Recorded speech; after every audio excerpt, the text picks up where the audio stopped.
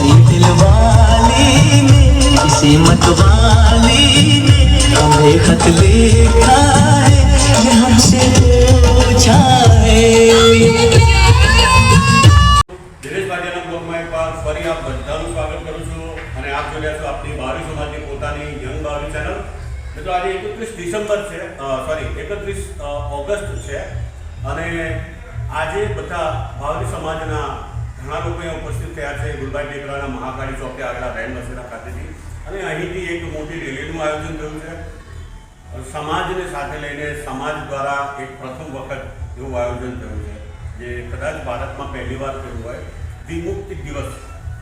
મિત્રો આ જે દિવસ છે એ ખરેખર આમ જોવા જઈએ તો જ્યારે 1919 અને 39ની અંદર જ્યારે પોર્ટુગલ લોકો ભારત દેશને છોડીને જઈ રહ્યા હતા એ સમયે પ્રથમ વખત અખિલ ભારતીય મુસ્લિમ લીગે વિમુક્ત આ રેલીનું આયોજન કર્યું હતું.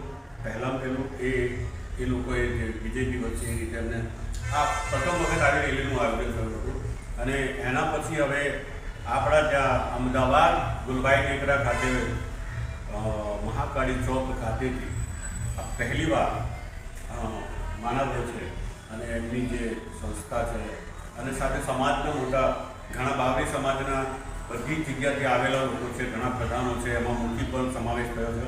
ઘણા લોકોએ પૂરા દિલથી આ રેલી જે છે એ અહીંયા થઈ રહી છે અને મોજ મનોરંજન માટે પહેલી વખત આવું એક વિમુક્તિ દિવસનું આયોજન થયું છે. એમાં શું થયું અને કેવી રીતે શરૂઆત થઈ છે, તમે લોકો કેટલા મોજથી આ દિવસની ઉજવણી કરી રહ્યા છે એ ઉજવણી હું તમને બતાવું. જોયું किसी के गजरे ने, किसी के गजरे ने, महकती सुबहों ने, मचलती शामों ने, अकेली रातों ने.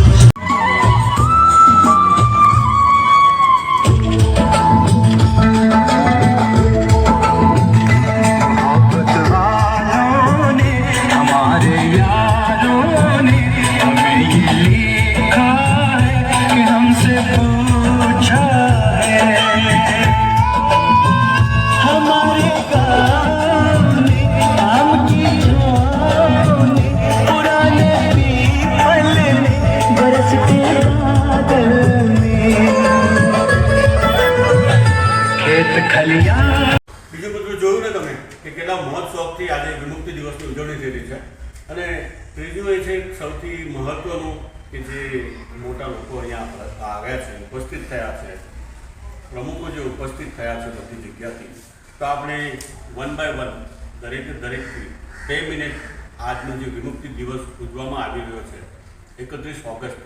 ખરેખર જે દિવસ છે, આ જે દિવસ ઉજવાય છે મુસ્લિમ લીગ દ્વારા ઉજવાય છે, 22મી ડિસેમ્બરના દિવસે ઉજવાય છે. પણ આપણે વિમુક્તિ દિવસ જે આ જાતિ છે, આપણી ઓબીસીની જે જાતિ છે, એમડી-ડીએનડીની જે જાતિ છે તે પ્રમાણે આ દિવસ ઉજવવામાં આવી રહ્યો છે પ્રથમ વખત. તો જે પ્રમુખ પ્રધાનો જે આવ્યા છે એ દરેકના જોડેથી આપણે 2 શબ્દો સાંભળીશું કે શું છે આજના દિવસનું મહત્ત્વ અને તેઓ શું બદલાવ લાવી રહ્યા છે સમાજની અંદર. દરેક લોકોથી આપણે 1952 થી લઈને અત્યારે 2025 સુધી અમારી બાવરી સમાજનો અને એન્ટી-ડીએનડી જે સમુદાયનો જોઈએ એવો વિકાસ થયેલ નથી.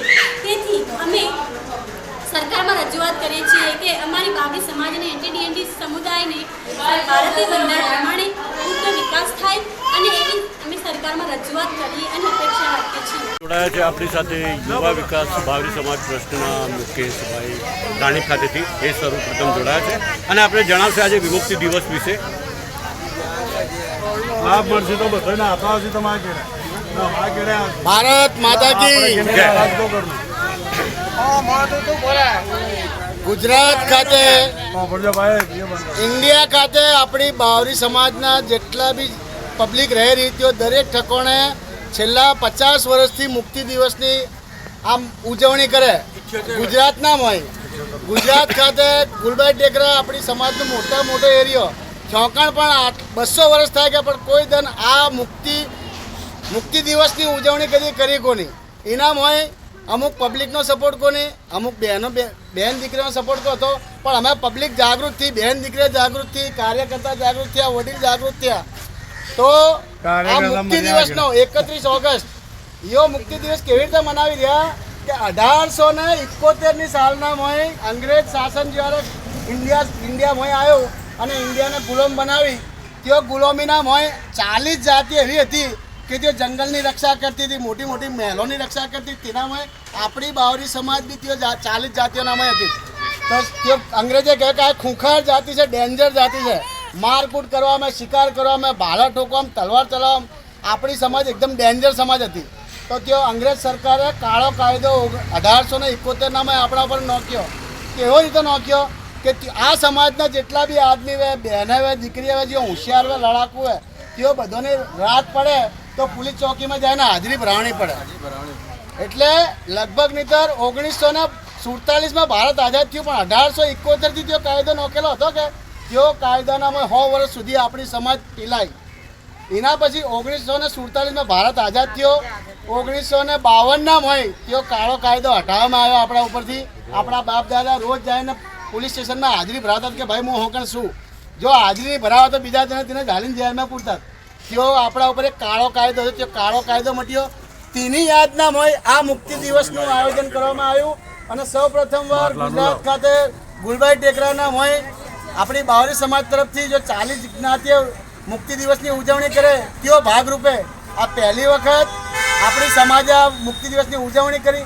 આ મુક્તિ દિવસની ઉજવણી કર્યા પછી આપણે જો 40 જાતિની પબ્લિક છે તેઓ કેવા લાભ લઈ રહી, ઘણા બધા લાભ લઈ રહી. કેવા કે તેના દીકરાઓને ભણવા મળી રહે ફોરેન, તેના દીકરા એન્જિનિયર, ડૉક્ટર, વૈજ્ઞાનિક, સાયન્ટિસ્ટ, તેઓ બધા બની રહ્યા. આપણી સમાજ હજે હુતી, હજે આટલી પબ્લિક ભેગી થઈને જગ્યા પર હોકણ 5000 પબ્લિક ભેગી થયેલી હોય કે તો સરકારના મોતીનો ડંકો વાગે. આપણી ગ્રાન્ટે બારોબાર બીજી સમાજે ખાઈ રહી. આપણા વहीं તે ગ્રાન્ટે લાવવાની કેપેસિટી સુધી આપણી સમાજ જો જાગૃત નહીં થશે 10 વર્ષના હોય તો આપણી સમાજ 100 વર્ષ કેળે જશે. હજે જાગૃત થવાની જરૂર છે અને પબ્લિકને સંગઠનમાં જોડાવાની જરૂર છે.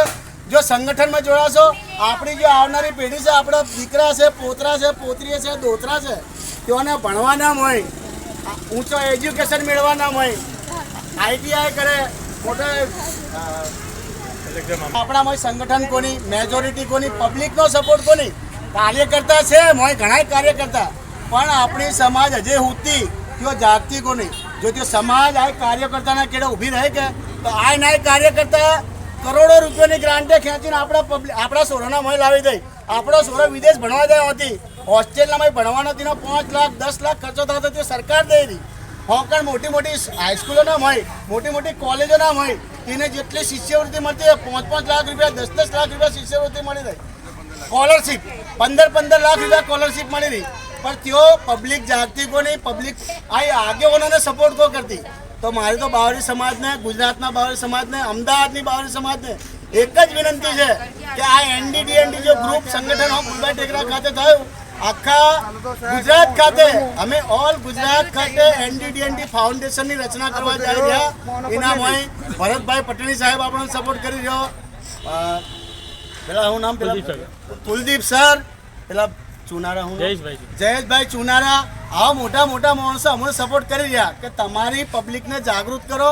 જાગૃત થશે તો તમને લાખો રૂપિયા ધંધા માટે, ઘર નહીં તો તેના ઘરના પ્લોટ મળી રહ્યા. અભી હાલ NDDNTના 5000 પ્લોટિંગ સરકાર ફાળવવાની તૈયારીમાં છે. પણ તે આપણા સંગઠન કોની, આગેવાનોને પબ્લિક સપોર્ટ કો કરતી. જો પબ્લિક સપોર્ટ કરતી હોય તો જેના ઘર નહીં તેઓને પ્લોટ સરકાર દેશી તેના મળી શકે.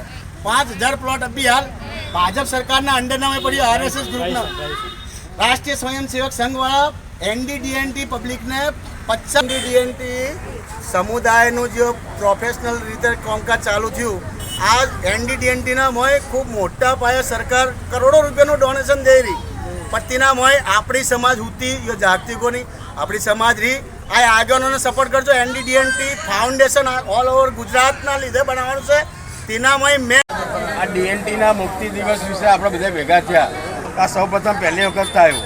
પણ આ DNTના મોય આપણું રજીસ્ટ્રેશન થશે, દરેકને ફોર્મ દેશે.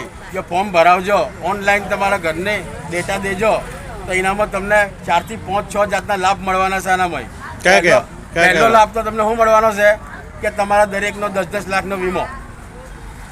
જો સરકારે આયુષ્યમાન કાર્ડ કાઢેલું છે ને બાવરી સમાજના છે એટલે જેને કાર્ડ નહીં હોય તે લોકો અમારો સંપર્ક સાધજો તો તમને ફ્રી ઓફ કોસ્ટના હોય 10-10 લાખ રૂપિયાનો કાર્ડ બનાવી દઈશું. જો સરકારે નિયમ કાઢેલો છે તે નિયમ DNTના ફાઉન્ડેશનના નેજા હેઠળ આ બનવાનું છે. બીજું કે તમને પથારા તમે SSC ગ્રુપ તમારો બનશે.